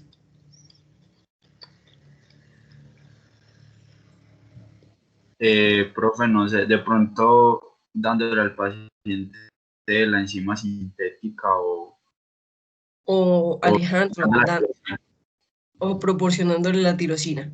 sí, profe. Así es. Y eso normalmente ustedes van a encontrar muchos pacientes que van a tener de por vida la tirosina. ¿Por qué? Porque o le tuvieron que intoxicar la tiroides, se la tuvieron que eliminar porque le hacía daño. Eso se llaman efectos o procesos autoinmunes, ¿cierto? Que el cuerpo atenta contra sí mismo. Entonces toca matarle, como se dice, la tiroides y empezar a proporcionarle la tirosina para que la tirosina le haga el trabajo, ¿cierto? Entonces van a encontrar que van a haber muchas personas, primero, que no pueden comer alimentos con fenilalanina. Luego toca estarle proporcionando tirosina de por vida. ¿Estamos de acuerdo? ¿Por qué? Porque no la produce. Ahora, chicos, vamos a seguir. Digamos que la persona no tiene problemas en la fenilalanina ni la fenilalanina hidrolasa y produce la tirosina. La tirosina tiene una aminotransferasa que lo convierte en el piruvato hidroxifenil piruvato. Este hidroxifenil piruvato se oxida y me produce una sustancia que se llama homogentisato. Ustedes me van a decir, ¿what? Pero de aquí en adelante lo van a conocer. Homogentisato. Este homogentisato utiliza una enzima que se llama homogentisato oxidasa, es decir, se va a oxidar. ¿Qué hace? Rompe el anillo. Rompe el anillo. Recuerden que estos dos son aromáticos. Rompen el anillo y al romper el anillo, ojo chicos, él me produce una molécula que se llama 4-maleil acetato.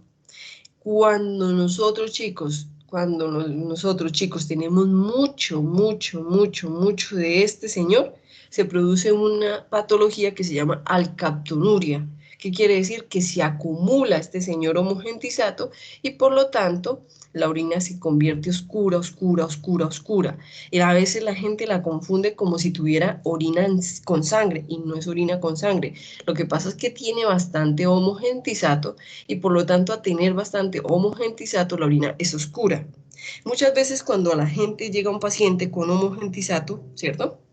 O lo que nosotros llamamos alcaptonuria, la gente piensa que está orinando sangre, entonces la gente se preocupa mucho. Entonces, cuando ustedes vean una orina oscura, no solamente hay que pensar en sangre, que es lo más común, sino también se puede pensar en que viene de la producción o del problema de la fenilalanina, la tirosina, que es un problema hereditario. ¿Cuándo nosotros podemos saber que esto viene de la parte hereditaria? Cuando la persona lo tenga muy común, cuando su patología sea muy común. Pero cuando la persona no tenga ni fenilalanuria ni problemas con tirosina, pues normalmente va a ser muy complejo que ella tenga alcaptonurias, ¿ok? Entonces, y también es porque una persona que orine sangre lo puede hacer en cualquier momento, por una infección, por diferentes sintomatologías. Pero la alcaptonuria, si es una cosa que se produce en una persona, es porque viene a ser producida o ser activada por la fenilalanina y la tirosina, ¿ok?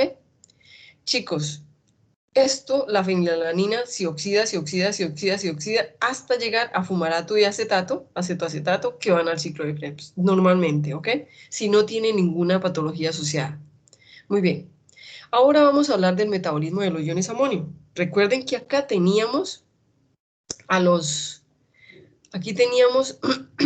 cuerpos carbonados, cómo se sintetizan los aminoácidos, pero resulta que no hemos hablado nada del iones amonio. ¿Qué es el ion amonio? Cuando le quitamos ese amino y realmente no hay un cuerpo carbonado que reciba ese grupo amino, sino que ese grupo amino se reduce y por lo tanto al reducirse me transforma o se me convierte en el grupo amonio.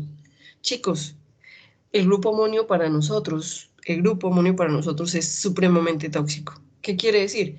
Prácticamente todos nuestros tejidos producen amonio. Todos, chicos, todos nuestros tejidos producen amonio. ¿Por qué? Porque proceden en su gran parte del catabolismo de los aminoácidos. ¿Por qué? Porque consumimos proteínas. Chicos, ¿hay personas con hiperammonemias? Sí, hay personas con hiperammonemias. Si hay personas con hiperammonemia, ¿de dónde se proporciona el amonio que nosotros tenemos? ¿De dónde que ustedes ya lo aprendieron? ¿De dónde nuestro cuerpo produce el amonio?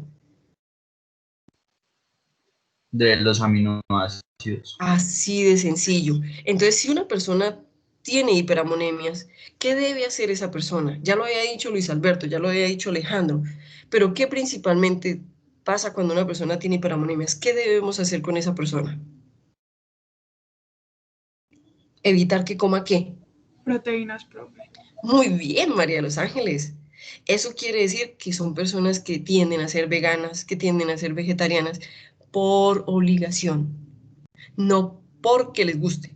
¿Me entendieron? Muchas personas, chicos que ustedes conocen, son vegetarianas y ellos dicen, no, es que a mí no me gusta la carne.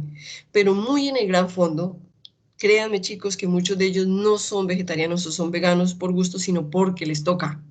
Porque por salud ellos no pueden consumir productos que tengan altas concentraciones de proteínas, en especial animal, porque los productos animales tienen bastante concentración de proteínas. Entonces son personas que pueden consumir proteínas, les toca, pero en baja proporción o en bajo nivel. Normalmente por eso a las proteínas animales se le llaman proteínas de alta calidad. A las proteínas vegetales se le llama proteínas de baja calidad, pero no es porque sean de baja calidad como tal, chicos, sino porque la concentración de proteínas que proporcionan no es igual a la fuente animal. Entonces no es porque sean mala calidad, sino porque la concentración es muy diferente. Entonces una persona que tenga problemas de hiperamonemias es una persona que tiene tendencia a tener que ser vegano, a tener que ser vegetariano por obligación. Ahora ustedes van a encontrar como a los hipertensos, como a los hiperglucémicos, que usted le dice, oiga, no puede consumir azúcar, y dice, ay, no, entonces me voy a morir de hambre. ¿Sí me entiende? Porque usted le dice eso a un paciente y lo primero que piensa es, ay, no, ya no voy a poder comer. Porque usted le dice a un hipertenso que tiene que bajarle la sal, y dice, no, pues eso tan feo que se siente. Eso es lo que ustedes van a escuchar. Entonces, yo muchas veces pienso, chicos, que los medicamentos no están hechos para nosotros tratar enfermedades, sino están hechos para tratar pacientes. Son esos pacientes que no son conscientes de que ellos se pueden mejorar o de que ellos pueden tener una buena calidad de vida si ellos controlan su forma de comer. Entonces, si una persona tiene hiperamonemias, es una persona que desde niña va a presentar problemas de bilirrubina, va a presentar problemas de creatinina, va a presentar problemas todo asociado con los cuerpos nitrogenados del cuerpo. Entonces, cuando una persona tiene hiperamonemia, lo primero que uno debe hacer es evitar que esa persona consuma proteínas de origen animal. ¿Ok? Muy bien. Entonces, prácticamente todos nuestros tejidos producen amonio y proviene del catabolismo de los aminoácidos. El amonio en sangre periférica se mantiene a niveles muy bajitos, chicos. ¿Cuáles son los niveles de amonio que mi cuerpo resiste? De 25 a 40 micromoles, ni siquiera milimoles, micromoles por litro en el plasma. En cuadros clínicos como las hepatopatías, es común encontrar altas concentraciones de amonio y de amoníaco, que son tóxicos para el sistema nervioso. Por lo tanto, el organismo debe detoxificarlos. Entonces, ¿qué significa una detoxificación, chicos? Pues evitar que mi cuerpo se intoxique. Detoxificar significa evitar esa toxificación. Entonces, les voy a enseñar cuáles son las formas de detoxificación que hace mi cuerpo. ¿Por qué les coloqué esto, chicos? Esto ya se lo saben ustedes. ¿Por qué? Porque de aquí proviene el ion amonio, ¿ok? Entonces, ojo, cuando nosotros tenemos la producción de este ion amonio, que es esta belleza que está acá, ella debe irse para el ciclo de Krebs. Y en el ciclo de Krebs, mi cuerpo detoxifica esa molécula, ¿ok?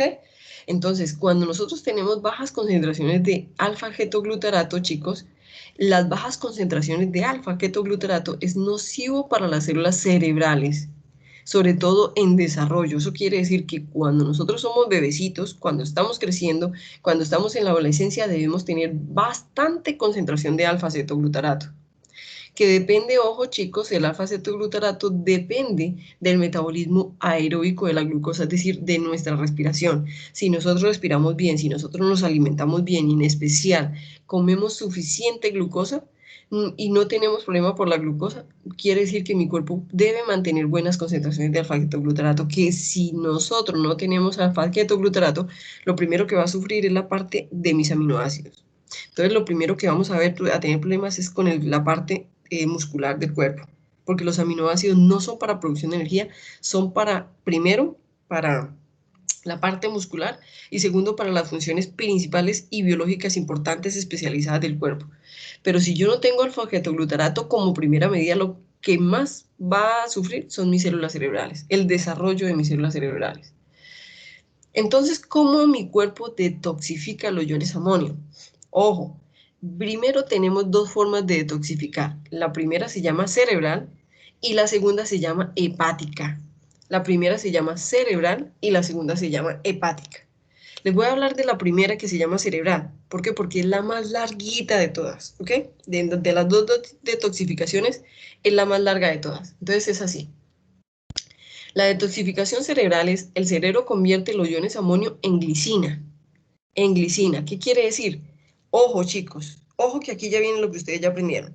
Si mi cuerpo tiene amonio, debe haber un cuerpo carbonado que me reciba ese grupo amonio para que mi cuerpo lo detoxifique. En este caso, debe haber no una glicina, la glicina, espere, viene de glutamato, glicina. ¿Cuál es el ácido glutámico? Sí, debe haber un glutamato, ¿cierto? Debe haber un glutamato para que me reciba el ion amonio, de manera tal que este ion amonio se me convierta en glicina, ¿ok? Entonces, ¿qué pasa? Debe haber un cuerpo carbonado que me lo reciba porque está en el cerebro y me lo convierte en glicina. Por eso, chicos, nuestro cuerpo y nuestro cerebro es rico en glicina. ¿Por qué? Porque todas las células de mi cuerpo producen el grupo amonio. Entonces, como se produce el grupo amonio, yo necesito altas concentraciones de alfa-ketoglutarato. ¿Por qué?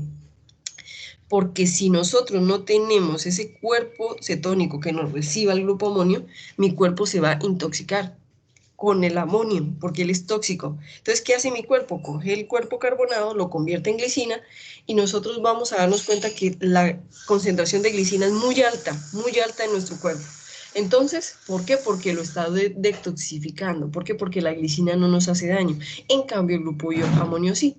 Entonces, otros tejidos también convierten la glicina sintetasa en altas concentraciones de glicina que se encuentran en sangre detrás de una abundante ingestión de alimentos ricos en proteínas, la cual finalmente es hidrolizado a glutamato e iones de amonio por acción de la glutaminasa renal, pero en el sistema renal.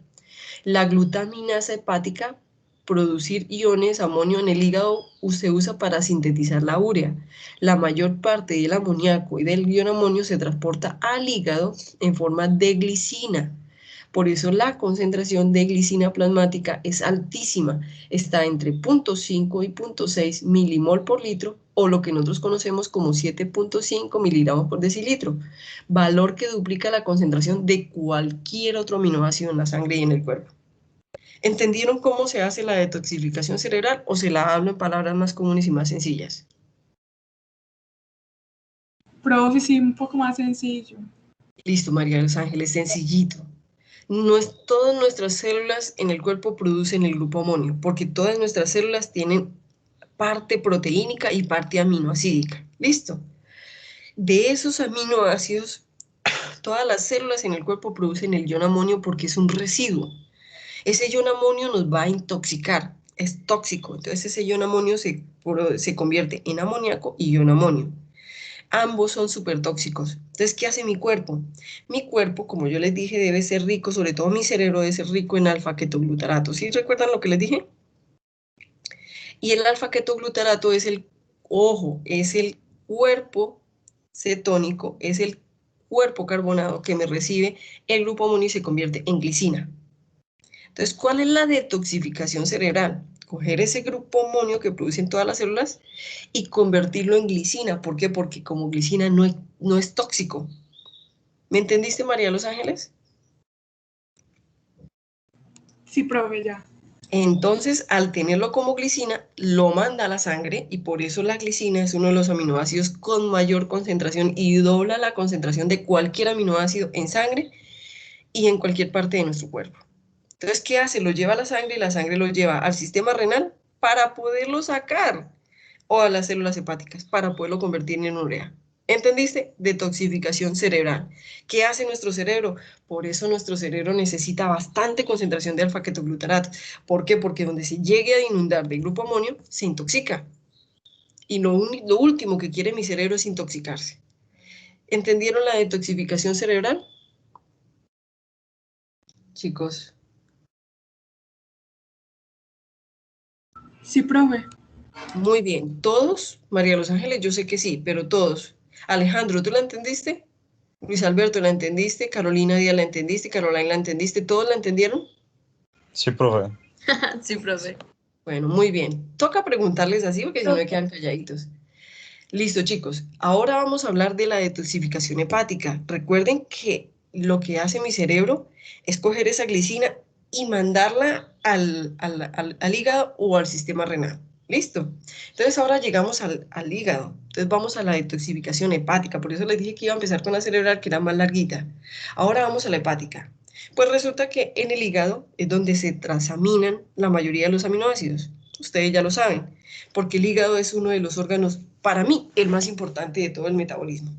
el más importante de todo el cuerpo, porque sin el hígado no tendríamos una cantidad de sustancias que mi cuerpo necesita.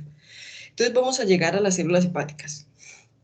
La mayoría de los iones amonio, chicos, como dice acá, sanguíneos, se convierten en urea en el hígado, es decir, que nuestro cerebro es muy inteligente porque lo que hace es que convierte ese amonio en un aminoácido y lo manda al sistema renal o lo manda al sistema hepático. ¿Listo?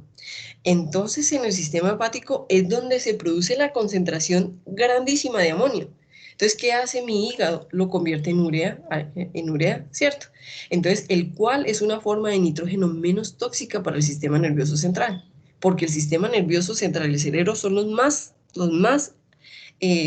digamos, débiles versus el amonio. Es decir, si nosotros tenemos problemas en el sistema nervioso, en el sistema en el cerebro, es por el grupo amonio. Entonces, si existe una falla del sistema de síntesis de la urea por una hepatopatía o una obstrucción portal, los iones amonio pasan a la circulación provocando intoxicación y se llama amoniacal, que produce visión borrosa, temblores, dislalia, trastorno, incapacidad de la articulación de los fonemas. ¿Qué es la dislalia? Cuando las personas no son capaces de hablar, o cuando usted, bueno, ¿cómo han visto? Carolina, ¿cómo se ve una persona con dislalia? Es decir, que no puede pronunciar las palabras, pero ella sabe las palabras. Lo que pasa es que no lo puede pronunciar porque está intoxicada. Entonces, claro, ustedes ven una persona que puede estar intoxicada, pero si esa persona intoxicada y todo no puede hablar, muchachos, piensen en una concentración alta de amonio. ¿Por qué? Porque uno de los síntomas que produce la intoxicación por amonio es la dislalia. Eso quiere decir que ella sabe las palabras, pero en ese momento no las puede pronunciar. Eso se llama dislalia, ¿ok? Y en última instancia, si la concentración de amonio se incrementa, puede llevar a una persona a coma o muerte, ¿cierto? Por la concentración de alta de amonio. ¿Entendido, chicos? Entonces, la más larga, pues, es la detoxificación cerebral, que es simplemente lo que hace mi cerebro en convertir el ion amonio en glicina y llevarlo hasta el hígado o hasta el sistema renal. Y en el sistema renal, pues, tenemos una glutaminasa renal que también lo convierte en urea, ¿cierto? Ahora, la detoxificación hepática es que la mayoría de grupo amonio se convierte en urea, ya les voy a mostrar cómo. ¿Por qué? Porque es menos tóxica para el sistema central nervioso, ¿cierto? Pero si existe una falla, pues lógicamente nos va a dar una intoxicación amoniacal o lo que nosotros llamamos hiperamonemias, que empiezan por hiperamonemias y al final se convierten en una intoxicación amoniacal. Entonces vamos a hablar del ciclo de la urea. ¿Listo, chicos? Vamos a hablar del ciclo de la urea. Pero antes de hablar del ciclo de la urea, que también fue, también fue dilucidado o expresado o liberado por Krebs en 1932, vamos a hablar de las diferentes patologías que se pueden producir cuando yo tengo altas concentraciones de amonio. La primera se llama la hiperamonemia tipo 1, ¿cierto? ¿Qué significa la hiperamonemia tipo 1, chicos? Entonces me voy a devolver al ciclo de la urea. Me voy a volver al ciclo de la urea porque es que hay una presentación que es especial solamente para el ciclo de la urea. Entonces, voy a hablarles primero del ciclo de la urea, ¿ok? ¿Hasta aquí me han entendido? ¿Qué hace mi cuerpo para detoxificar? Sí, chicos. Listo, entonces vamos a coger esta presentación y les voy a mostrar esta que está acá, que es esta belleza. Ciclo de la urea. Listo. Entonces, tenemos el ciclo de la urea. ¿Qué es la urea, chicos? Sencillito. ¿Qué es la urea? Este producto. Se llama diaminometanal. Esto es lo que nosotros conocemos como urea. Simplemente es un carbono con doble enlace O y 2 grupos amino, que aquí es donde está el grupo amonio. Mira, acá es donde está el amonio, ¿cierto? Convertido en urea. Esta sustancia que nosotros llamamos urea, esta sustancia no es tóxica para nuestro cuerpo, pero es ella quien nos detoxifica, es decir, es ella quien nos ayuda a sacar estos 2 aminos que son desecho. ¿De dónde proviene esta señorita urea? Proviene de la degradación de los aminoácidos y, ojo, es una sustancia soluble en agua. Por eso no es tóxica, porque como nuestro cuerpo es 70% agua, pues ella se solubiliza y hace que no sea tan tóxica. Su síntesis se lleva a cabo en los hepatocitos, ¿cierto? En su síntesis intervienen 5 enzimas, ya los vamos a ver, y los sustratos son amoníaco, CO2 y aspartato. ¿Listo? Ahora, ¿cómo llegan los aminoácidos al hígado para que los hepatocitos realicen o lleven a cabo el ciclo de la urea? Muy fácil. Esta belleza que para nosotros no es tóxica, ¿cómo llegan los aminoácidos al hígado? Primero por los músculos, ¿cierto? Vamos a hablar de los músculos. ¿Qué son los músculos? Toda esta parte, toda la parte, cierto, que hace parte de nuestra estructura. Que por cierto, ese cuerpo me parece muy lindo. Entonces dice, todos nuestros músculos requieren de mucha energía para realizar su contracción muscular y movimientos peristálticos. En eso tenemos ¿cierto? La miosina, entre otras proteínas que ayudan a que ellos se muevan. Y, ojo, todos nuestros músculos requieren de energía. Cuando todos nuestros músculos requieren de energía, pues los músculos son proteínas, ¿ok? Tienen el ciclo de la alanina glucosa, ¿cierto? Y forma como producto residual el grupo amonio. Es decir, por todo el movimiento que nosotros hacemos, cada vez que nosotros hacemos deporte, estamos produciendo el amonio.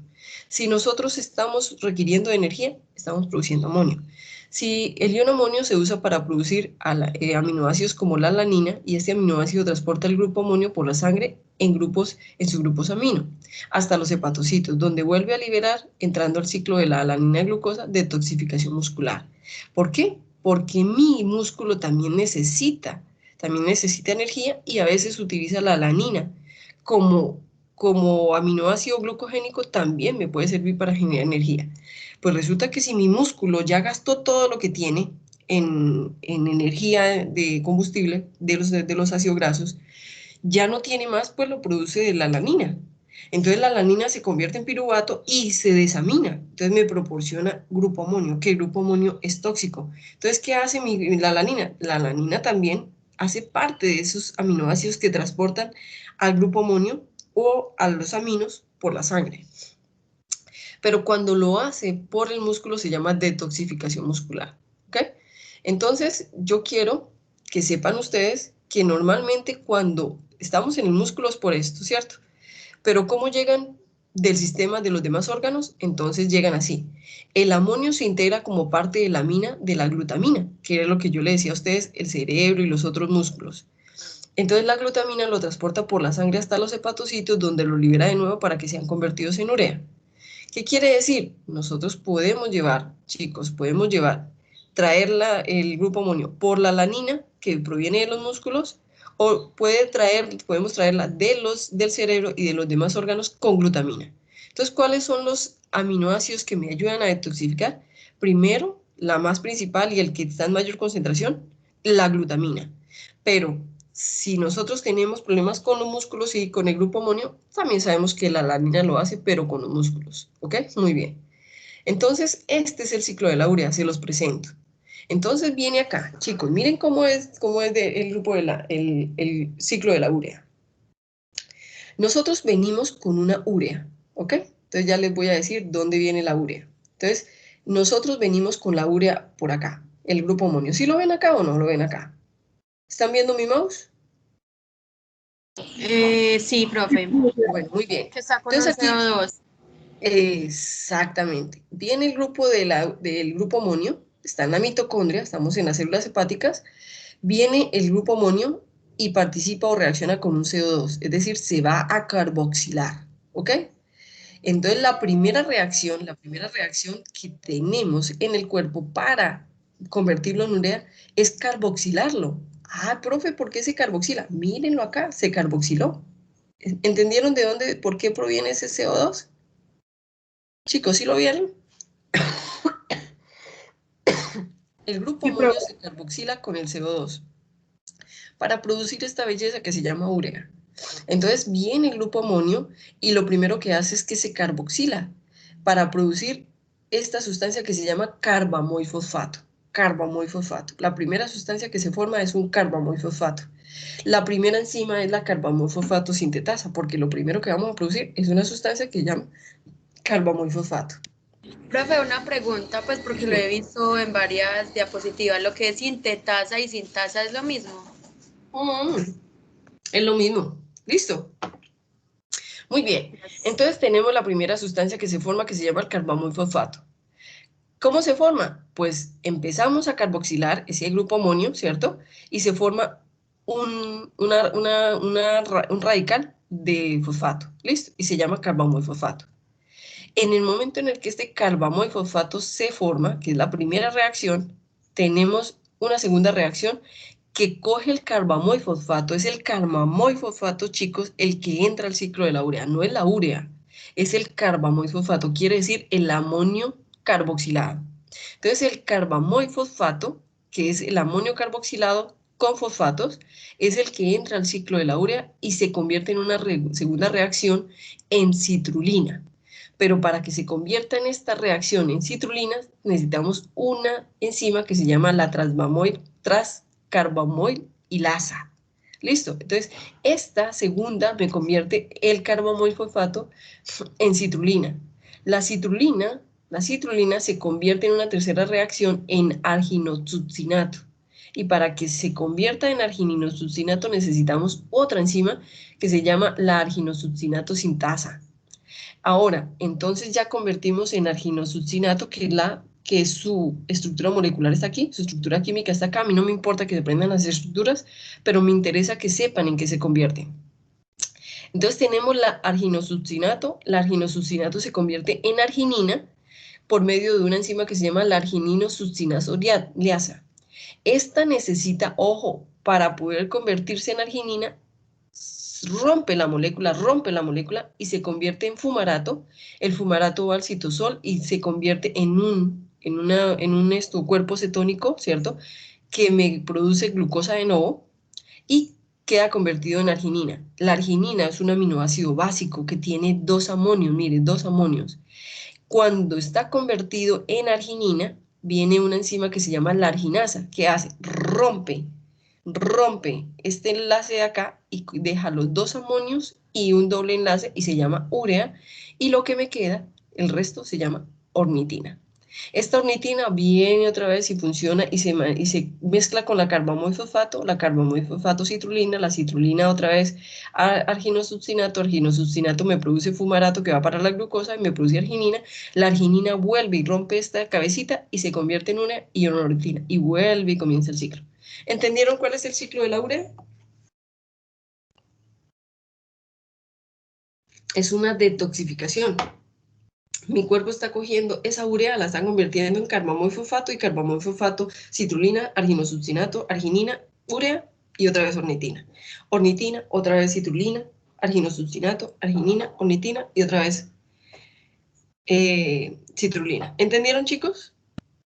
Es un ciclo que mi cuerpo está haciendo así. Está produciendo urea, produciendo urea, produciendo urea. O ustedes no orinan a cada rato. Cada vez que orinan, ustedes no ven amarillo la orina. ¿Cierto que sí? Por mucha agua que tomen, por muy poca agua que tomen, la orina siempre va a ser amarilla. ¿Por qué? Porque la urea es amarilla. ¿Entendido, chicos? Muy bien. Entonces, ¿entendieron el ciclo? Ahora vamos a ver una cantidad de cosas que se producen por este ciclo de la urea. Impresionantes. ¿Listo? Entonces, tengo de 2 formas. Chicos, ¿qué pasa cuando mi carbamoil-fosfato, cuando yo tengo problemas con la enzima que me lleva la carbamoil-fosfato hasta a reaccionar con la ornitina? Entonces tengo la primera es que si no se produce carbamoil-fosfato, chicos, o se acumula el carbamoil-fosfato, tengo lo primero que se llama hiperamonemia tipo 1. La hiperamonemia tipo 1 tiene una cantidad de consecuencias impresionantes. La segunda, chicos, vamos a hablar de la hiperamonemia tipo 2. Cuando yo tengo la citrulina y la carbamoil-fosfato no se puede unir a la citrulina, eso quiere decir que tengo problemas con la transvamoil-carboxilasa, entonces se me va a presentar, cuando tengo deficiencia de esta, se presenta la hiperamonemia tipo 2. Cuando yo tengo, chicos, vamos a la citrulina, si yo tengo problemas en convertir la citrulina a la argininosuccinata, quiere decir deficiencia en la argininosuccinato sintasa, se me presenta una patología que se llama la acidemia arginosuccínica. Tiene otras consecuencias. Si yo tengo problemas en la arginasa, es decir, aquella que coge la arginina y me le corta el pedazo de la urea para convertirlo en ornitina, se me presenta una patología que se llama arginasa, ¿cierto? Deficiencia de arginasa. Y así sucesivamente. Entonces, ¿cuántas patologías podemos tener? 1, 2, 3, 4. Pero ¿cuáles son las más duras? La hiperamonemia tipo 1 y la hiperamonemia tipo 2. ¿Que se presentan cuándo? Cuando tengo deficiencia para convertir el amonio en carbamoil-fosfato y cuando tengo deficiencia de la enzima que me convierte la carbamoil-fosfato a citrulina. ¿Entendido? Muy bien. Entonces, vamos a hablar de la... bueno, acá está la hiperamonemia tipo 1, hiperamonemia tipo 2, las 4 deficiencias que se pueden producir. ¿Listo? Muy bien. Entonces vamos a hablar de las hiperamonemias. Vamos a hablar de las hiperamonemias en general.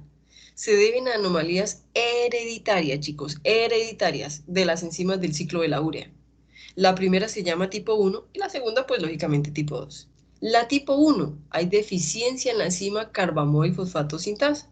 En el tipo 2 hay deficiencia en la enzima ornitina transcarbomoilasa. Entonces me voy a devolver. ¿Dónde está la primera? Acá, en la primera enzima. La segunda, en la segunda. Son las más fuertes. Entonces dice así, los síntomas son vómito frecuente, retraso psicomotor, estupor, ¿cierto? Quiere decir que yo no me asusto fácilmente, que no tengo la capacidad de reaccionar, ¿cierto? Rápidamente. Por lo tanto, eso se nota como si la persona fuera de retraso, ¿cierto? Tuviera retraso mental. Y todo eso lleva a una hepatomegalia, quiere decir que va a afectar fuertemente el hígado. Los pacientes suelen tener altas concentraciones de glicina en sangre, claro, el cuerpo está tratando de detoxificar esa hiperamonemia altísima, ¿listo? Entonces, lógicamente va a tener altas concentraciones de glicina porque el cuerpo trata de hacer la detoxificación. Y en la hiperamonemia tipo 2 aparecen en la orina metabolitos de pirimina. ¿Qué significa metabolismo de pirimina? Cuerpos nitrogenados. Entonces, ¿cuál es la fuerte? La fuerte es la hiperamonemia tipo 1, ¿listo? Ahora, la hiperamonemia tipo 2 también es bastante, pero es mucho más tratable la hiperamonemia tipo 2 que la hiperamonemia tipo 1, ¿ok? ¿Cuáles son los síntomas? En el sistema central, entonces va a producir letargia, coma, ¿cierto? En los ojos, va a tener los ojos con visión borrosa, va a tener las papilas así un poquito brotaditas. En el sistema pulmonar, pues va a tener problemas para respirar. En el hígado, lógicamente, va a tener muchos problemas. Lo primero que produce es una hepatomegalia. En la parte muscular tiene poca coordinación, tiene dislaxia, tiene hipotonía. Claro, tiene una cantidad, como está intoxicado, pues va a tener bajo talla.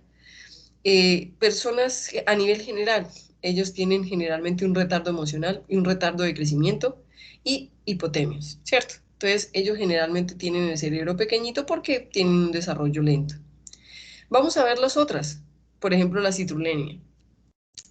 Generalmente una enfermedad congénita presente desde el nacimiento y es hereditaria según el patrón autosómico recesivo, ¿cierto? Es la deficiencia de la enzima arginosuccinato sintasa. Miren chicos, esta, arginosuccinato sintasa. ¿Qué es? Espérenme un momentico, es esta. Arginosuccinato sintasa, es esta que está acá, la 3. ¿Listo? La 3. No quiere decir que sea menos severa, lo que quiere decir es que es menos frecuente, ¿ok? Es la deficiencia del arginosuccinato sintasa que ocasiona que el ion amonio se acumule, sintetizado por los aminoácidos, ¿cierto? Es una enfermedad rara y de poca frecuencia. La más habitual de presentación es la citrulemia, pues tenemos bastante ¿cierto? Citrulina, pues se va a presentar la citrulemia. Los niños afectados nacen normales, pero desde los primeros días comienzan a presentar irritabilidad, falta de apetito, vómitos, debilidad muscular, convulsiones, edema cerebral, que desemboca en un estado de coma. Si no se realiza ningún tratamiento, el niño muere en las primeras semanas de vida. El tratamiento consiste en una dieta que incluye nivel reducido de proteínas y alimentos preparados mediante fórmulas especiales. Por eso hay personas que son veganas desde nacimiento, ¿ok? Todo esto son efectos de la citrulemia, chicos. ¿Cuál es la citrulina? Esta belleza. ¿De dónde viene? Del ciclo de la urea. Vamos a ver la última, que se llama la acidemia metilmalónica. ¿De dónde proviene? Chicos, me voy a volver aquí, señores, de la acidemia, ¿cierto? Acidemia. Entonces vamos a hablar de la acidemia metilmalónica. Es un error congénico del metabolismo de la vitamina B12, disminución o deficiencia de la enzima mitocondrial metilmalonil-CoA butasa. Los signos clínicos incluyen retardo, retraso de crecimiento, vómito frecuente, deshidratación, déficit intelectual, hepatomegalia y coma.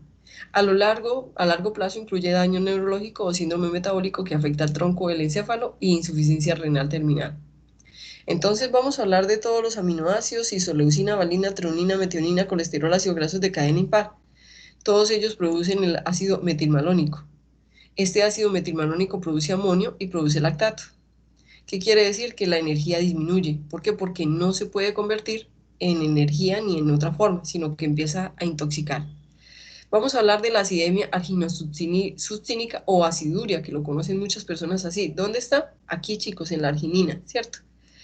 Entonces, cuando se produce gran concentración de arginina, se llama aciduria porque, por lo lógico, son aminoácidos, son ácidos. También es una enfermedad congénita, presente desde el momento del nacimiento, hereditaria.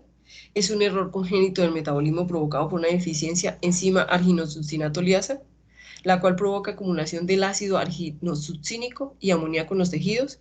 Cuando hay alta concentración de amoníaco en los tejidos, hay intoxicación, chicos, ¿cierto? Hay intoxicación, así el cuerpo lo trate de detoxificar. El amoníaco es una sustancia tóxica que afecta al sistema nervioso y en menor medida al hígado. Esta enfermedad se incluye dentro de los trastornos metabólicos del ciclo de la urea, junto con la citrulemia y la arginemia. ¿Listo?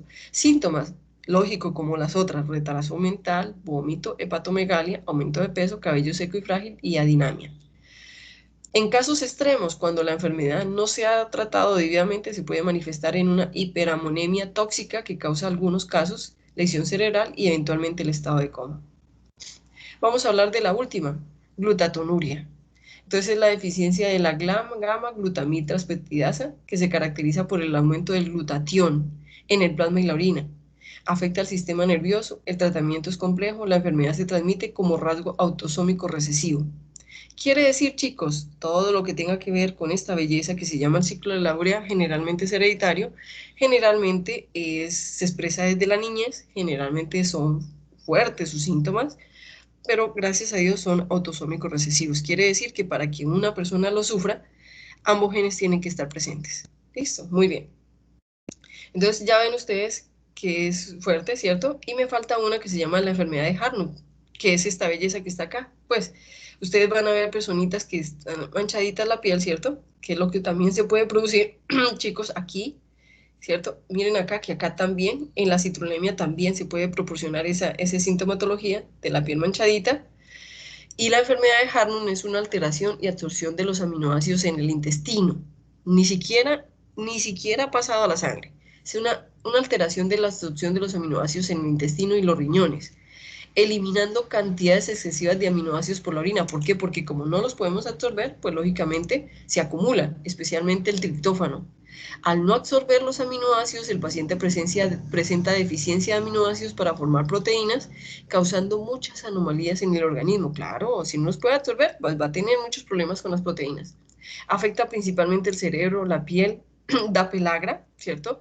Aparecen problemas psicológicos, ansiedad, bipolaridad, delirios, alucinaciones. Se observa discapacidad intelectual, estatura baja, cefaleas, colapsos, desmayos. Es autosómica recesiva y se trata con niacinamida y las crisis son las crisis con nicotinamida. ¿Listo? Esas son las enfermedades que provienen del ciclo de la urea, chicos, del ciclo de la urea. ¿Ok? Entonces, yo quiero devolverme a la otra, acá, a esta belleza que está acá. Metabolismo de la urea, estábamos acá, muy bien. Son exactamente las mismas enfermedades que les iba a mostrar en el otro lado. Simplemente que es mucho más fácil cuando se les presenta directamente con el ciclo de la urea. Conclusión, chicos, el ciclo de la urea, para que el ciclo de la urea se lleve a cabo, el amonio se carboxila convirtiéndose en carbamoifosfato. El carbamoifosfato puede entrar y reaccionar con una enzima para producir la ornitina, ¿cierto? La ornitina. La ornitina produce la citrulina y así sucesivamente. Es un ciclo. ¿Ok, chicos? ¿Ok? ¿Entendido, chicos? Y aquí terminamos con los aminoácidos. ¿Ok?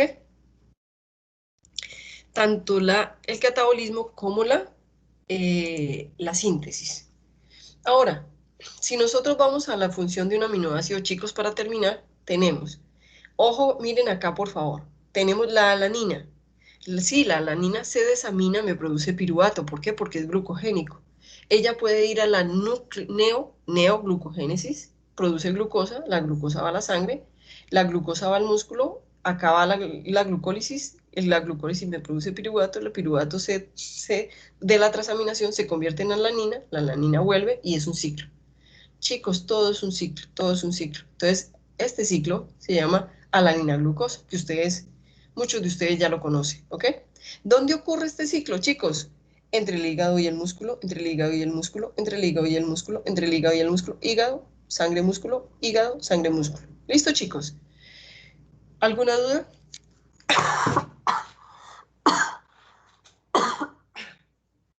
Los escucho.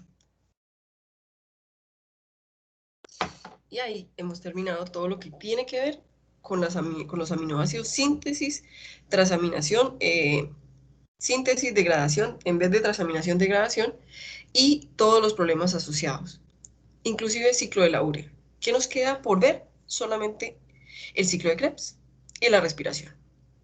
Y terminamos bioquímica 2, chicos. ¿Entendido? ¿Hay alguna pregunta? ¿Alguna pregunta, chicos?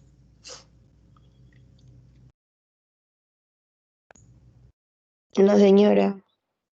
Listo, Diana. Y listo, compañeritos, Alejandro, Luis, todos. Voy ya en estos momentos a parar el video, ¿cierto? Para podérselos cargar, ¿cierto?